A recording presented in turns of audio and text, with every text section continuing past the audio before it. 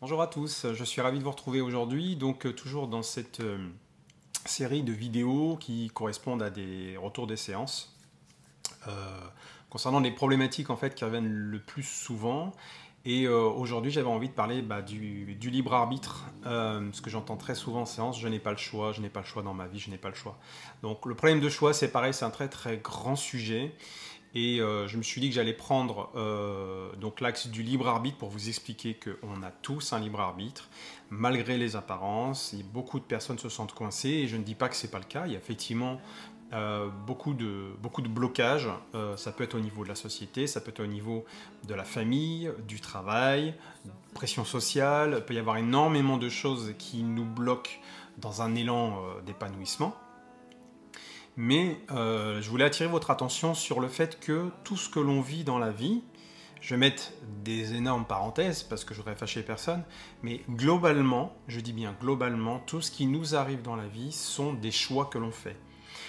Alors, pourquoi est-ce qu'on a l'impression qu'on n'a pas le choix et qu'on subit tout ça? Simplement parce que c'est l'inconscient qui fait des choix à notre place. Ce que je dis très souvent, tout ce que l'on ne peut pas faire en conscience pour nous, l'inconscient il va s'en occuper. Puisque on est, en tant qu'être humain, posé sur un principe d'évolution. J'ai fait une vidéo juste avant qui traite du sujet. Et il faut bien comprendre que vous avez votre libre arbitre, j'ai le mien. Et un non-choix, ça reste un choix quand même. C'est une décision. Je n'ai pas envie de faire ces efforts parce que j'estime que ça s'appelle faire un choix. Voyez. Et pourquoi on le subit? Parce qu'il n'est pas conscient.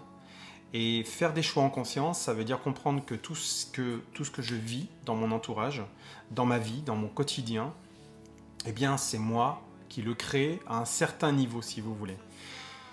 Vous avez la possibilité de changer de métier, s'il ne vous plaît pas. Vous avez la possibilité de changer d'amis, vous avez la possibilité de vous adapter, de changer même de région. Alors je ne dis pas que c'est du jour au lendemain, parce qu'il y a des difficultés même financières, mais en tout cas, il y a toujours la possibilité de choisir sa vie. J'en suis en tout cas moi convaincu. Après, il s'agit simplement de savoir exactement ce que l'on veut pour soi. Et c'est peut-être ça qui peut coincer, c'est qu'est-ce qu'on veut pour soi? Qu'est-ce que vous voulez pour vous? Quelle est la vie que vous aimeriez avoir? Qui vous avez envie d'être? Et quelles sont les choses que vous aimez? Rien que ces questions les plus simples, c'est pas si évident de répondre. On sait qu'on n'aime pas forcément son métier, mais alors, qu'est-ce que tu veux? Et là, souvent, ça coince, on ne sait pas trop.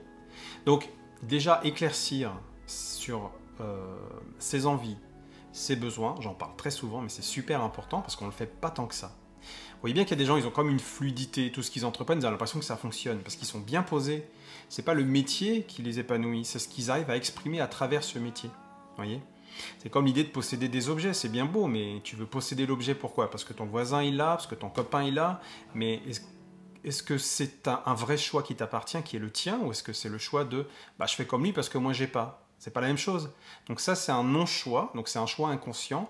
Je m'adapte, je vais acheter quelque chose parce que émotionnellement je supporte pas l'idée que le copain il est et pas moi.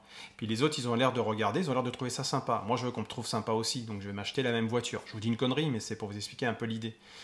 Et c'est comme les achats compulsifs, ce ne sont pas des choix conscients en réalité. L'inconscient, c'est lui qui te dit, en achetant, tu vas pouvoir te nourrir de quelque chose parce que de l'autre côté, il y a un vrai manque. Voilà. Donc on va aller regarder du côté du vrai manque. Donc ce qui vous manque dans la vie, c'est de comprendre en conscience que vous avez un vrai pouvoir, qui est le pouvoir de choix, de choisir. On peut choisir sa vie, je ne dis pas que c'est rapide, ça peut être assez long, mais on a tous ce pouvoir-là. Moi, j'ai le pouvoir de dire là, je me lève pas, là, je lève ma main, là, je la lève pas. J'ai le pouvoir de choisir mon métier. J'ai choisi le métier que je fais aujourd'hui. Auparavant, j'étais dans la vente. Pendant 15 ans, j'ai fait ça. Mais à cette époque-là, je ne faisais pas de choix en conscience sur, on va dire, ma carrière. J'ai choisi vente parce que mon grand frère avait choisi vente, mais ce n'était pas un choix personnel. Vous voyez? Donc, évidemment, si on ne vous a pas appris à faire des choix, donc ça, il ne s'agit pas de mal juger les parents. J'en parle souvent des parents, mais parce que j'ai eu des problématiques aussi avec les miens, donc c'est pour ça que ça revient très souvent. Mais c'est évident que si vos parents ne vous ont pas donné l'impulsion de vous épanouir dans ce que vous aimez, s'ils n'ont pas été assez à l'écoute, pas parce qu'ils ne voulaient pas, mais souvent parce qu'ils ne peuvent pas, vous n'avez pas l'habitude de faire ces choix. Mais par contre, ça ne veut pas dire que vous n'êtes pas capable aujourd'hui de vous le proposer, vous n'êtes pas capable de le corriger. On peut toujours corriger. Donc, le libre arbitre, c'est quoi? C'est j'admets que tout ce que je vis, c'est moi qui le crée. On pourrait parler des personnes toxiques que vous avez dans votre entourage. Vous subissez pas les personnes toxiques. Les personnes toxiques sont autour de vous. La question que moi j'ai envie de vous poser, c'est pourquoi est-ce que vous êtes entouré de personnes toxiques? Il suffit de plus leur parler pour qu'il y ait une déconnexion de ces personnes-là. J'entends souvent aussi des gens qui me parlent de ça, des personnes toxiques. Oui, mais c'est toxique ici, c'est toxique là. Ma famille est toxique. Mais je veux dire, si vous êtes adulte et que vous êtes encore enfermé dans un état d'esprit de famille, avec des obligations, il y a un problème, évidemment. Il n'y a pas d'obligation dans la vie, si ce n'est celui de vous épanouir comme vous avez envie. Il faut se poser sur une société qui a des règles, on est bien d'accord, mais même lorsqu'on vous dit il faut vacciner les enfants, si vous n'êtes pas d'accord, vous payez une amende de temps, vous dites wow, donc j'ai pas le choix. J'ai pas le choix, je suis obligé de vacciner mon enfant. Non, vous pouvez aussi, vous avez le choix de payer l'amende et de ne pas faire vacciner. Je ne dis pas qu'il ne faut pas faire vacciner vos enfants. Hein. Je suis juste en train de vous expliquer qu'en réalité, on a beaucoup plus de choix que ce qu'on pense. Vous voyez? Moi, j'ai le choix d'être assuré, de ne pas être assuré, de prendre telle assurance, pas telle assurance. On a le choix sur à peu près tout. Et là, on va me dire, si je tombe amoureux, j'ai pas le choix. Vous avez le choix d'observer si c'est bon ou mauvais pour vous et de prendre une décision en conscience. Ça reste toujours un choix quand même. Voyez.